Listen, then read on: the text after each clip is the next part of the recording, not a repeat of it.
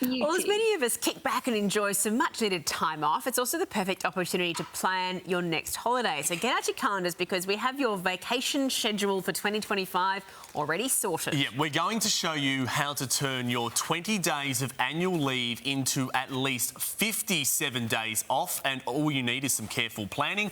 And to explain, we're joined by Angus Kidman from Finder. Good morning to you, Angus. What is the trick here for maximising your leave? So it's all about focusing on when the public holidays are, because if you plan your time off around that, then you can turn that 20 days into at least 57 days off. Move to the right state to really get it right. You get a few more of them, but it's all about just lining that up and getting in early before your colleagues do, so that you can nab those good slots. Yeah, I was reading through these briefing notes this morning, and it's impressive what you can achieve here. So you've done the hard work for us. You picked out the exact dates people should book their annual leave, and it does differ by state. What are they? So the really big one to focus on this year is around Easter, because we have a really late Easter this year, and Anzac Day is a week after Good Friday. So you can take 3 days off in that week, and you've instantly got 11 days off right there. Take the week off before as well. That really bounces up. So I think that's the one to really focus on, April. That's great. Also good for coming up, it's a year away, but Christmas coming up this year is really good. So Christmas is Thursday, Boxing Day is Friday. So that's a good week. Take that whole week off. And even ideally, you want to have lined this up now because actually we're heading into New Year. That's a good week to have off as well. So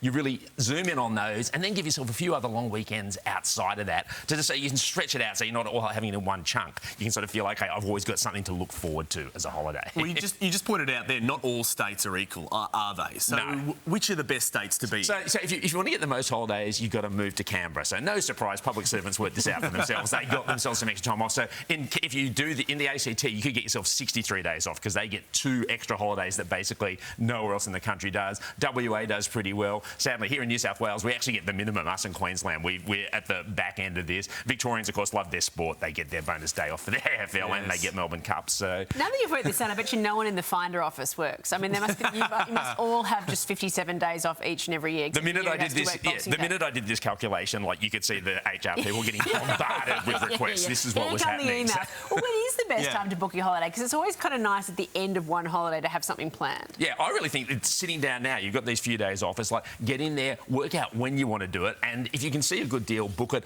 I would always for that Easter period, I get in now. That's not going to get any cheaper. You might keep a couple of weekends floating. Wait till there's a good flight sign. You might say, oh, hey, I'm just going to have a random weekend. You can play with that a little bit, but I would be starting now. I've worked out all my holidays for next year. I'm a bit tragic that way. That's not tragic. That's good. That's good. That's clever. Thank you so much, Is it too late to book tomorrow off, or am I? Actually, yes, unfortunately. OK, we'll be here. Take the weekend off.